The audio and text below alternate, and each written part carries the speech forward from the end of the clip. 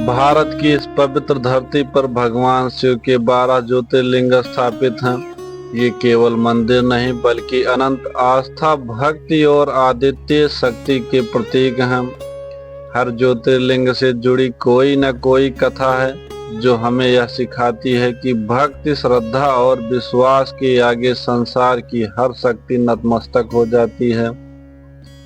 आज मैं आपको सुनाने जा रहा हूँ बैद्यनाथ ज्योतिर्लिंग की कथा, जो झारखंड के देवघर में स्थित है। यह स्थान इसलिए भी विशेष है क्योंकि यहाँ भगवान शिव स्वयं बैद्यनाथ अर्थात वैद्य चिकित्सक कहलाए।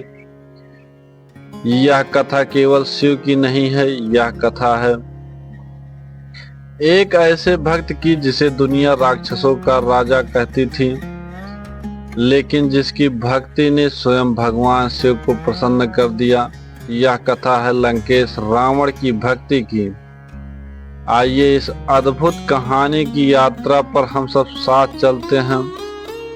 रावण नाम सुनते ही हमारे मन में एक अद्भुत छवि उभरती है।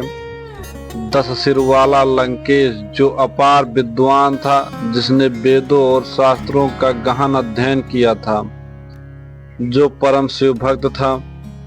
रावण ने शिव तांडव स्तोत्र की रचना की, जो आज भी हर शिव भक्त के हृदय को रोमांचित कर देता है। उसकी भक्ति इतनी प्रबल थी कि स्वयं कैलाशपति शिव को भी उसकी साधना स्वीकार करनी पड़ी। लेकिन यह कथा केवल रावण की भक्ति की नहीं बल्कि उसके अहंकार, उसकी परीक्षा और भगवान शिव के करुणा स्वरूप की भी है। एक बार रावण ने सोचा, मैं स्वयं शिव का इतना बड़ा भक्त हूँ, परंतु मेरे लंका में शिवलिंग क्यों नहीं? क्यों ना मैं स्वयं महादेव को लंका ले आऊं, ताकि मेरी लंका सदैव उनकी छत्र छाया में रहे। अगर स्वयं महादेव मेरे साथ लंका चलेंगे तो मेरी लंका अभेद हो जाएगी। न कोई देवता उसे जीत पाएगा, न कोई असुर। यह विचार उसके मन में घर कर गया। रावण ने कैलाश पर्वत की ओर रुख किया।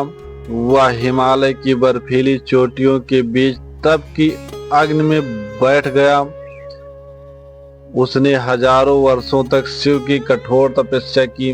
कहा जाता है कि उसने अपने 10 सिर एक एक करके काट कर भगवान शिव को अर्पित कर दिए। हर बार जब वह एक सिर काटता तो शिव प्रसन्न होते, परंतु रावण की साधना और बढ़ती जाती। अंततः जब 9 सिर चढ़ा दिए और वह अपना 10वां सिर भी काटने को तैयार हुआ, तब भगवान शंकर प्रकट हो गए। उनकी जटाओं से गंगा बह निकली, उनके त्रिनेत्र से प्रकाश फैल गया। उन्होंने कहा, रावण, मैं तेरी भक्ति से प्रसन्न हूँ, वर मांगा। रावण हाथ जोड़ते हुए बोला, प्रभु, मैं आपका परम भक्त हूँ। मेरी एक ही इच्छा है, कृपया करके आप लंका चलें और वहाँ सदा विराजमान हों, ताकि मेरी लंका आपकी पवित्रता और शक्ति से सदा सुरक्षित रहे। भगवान शिव मुस्कुराए। उन्होंने कहा, हे रावण, तेरी भक्ति महान है, मैं तेरी इच्छा पूरी करूंगा, परंतु एक शर्त है। तू मुझे एक शिवलिंग के रूप में लंका ले जा सकता है, लेकिन ध्यान रहे, जब तक यह शिवलिंग अपनी जगह स्थापित न हो उसे धरती पर कहीं भी नहीं रखना। यदि तूने इसे भूमि पर रख दिया तो यह वहीं सदा के लिए स्थापित हो जाएगा। रावण ने वचन दिया। अब देवताओं को चिंता सताने लगी। इंद्र, विष्णु और ब्रह्मा सभी ने विचार किया, यदि स्वयं शिवलिंग लंका चला गया तो रावण की शक्ति अजेय हो जाएगी, देवताओं का संतुलन बिगड़ जाएगा। उन्होंने सोचा, हमें किसी न किसी तरह यह शिवलिंग लंका जाने से रोकना होगा। रावण शिवलिंग लेकर लंका की ओर चला। वह अत्यंत सावधानी से आगे बढ़ रहा था, परंतु देवताओं ने भगवान विष्णु से प्रार्थना की। विष्णु ने वरुण देव को संकेत दिया।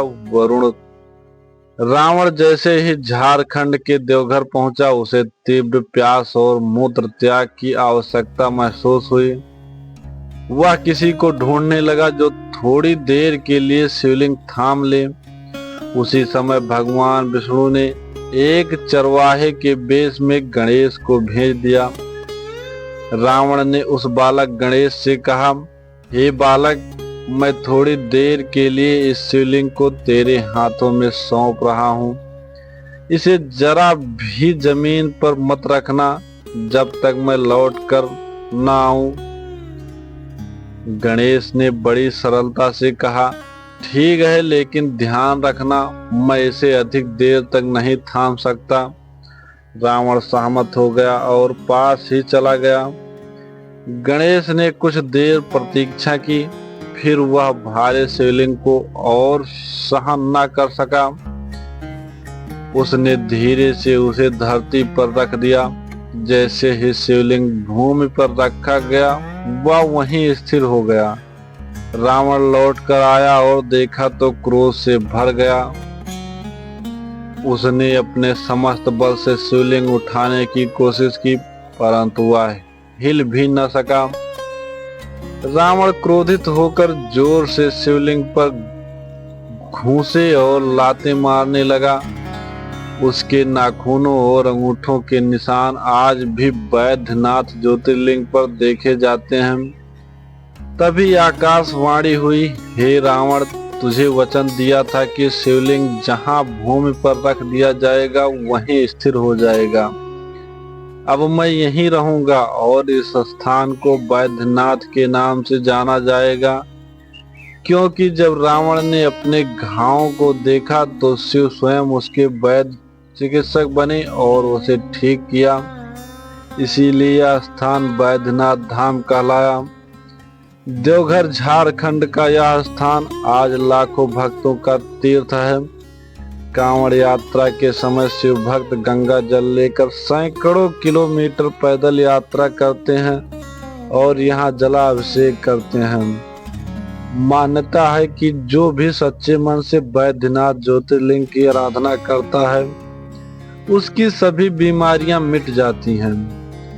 यहाँ भगवान शिव बैद्यनाथ के रूप में सभी रोगियों के वैद्य बने रहते हैं। रावण, जिसे हम अक्सर अहंकारी, राक्षस और दुष्ट कहते हैं, वह भी इतना बड़ा शिव भक्त था कि स्वयं महादेव उसकी भक्ति से प्रसन्न हो गए।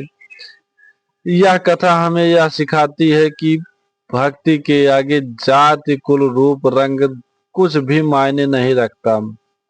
सच्ची श्रद्धा से भगवान शिव अपने भक्त की हर पुकार सुनते हैं।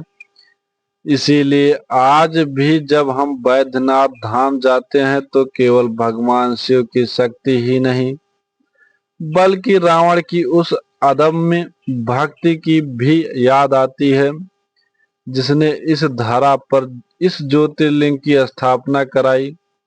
जय भोलेनाथ, हर हर महादेव।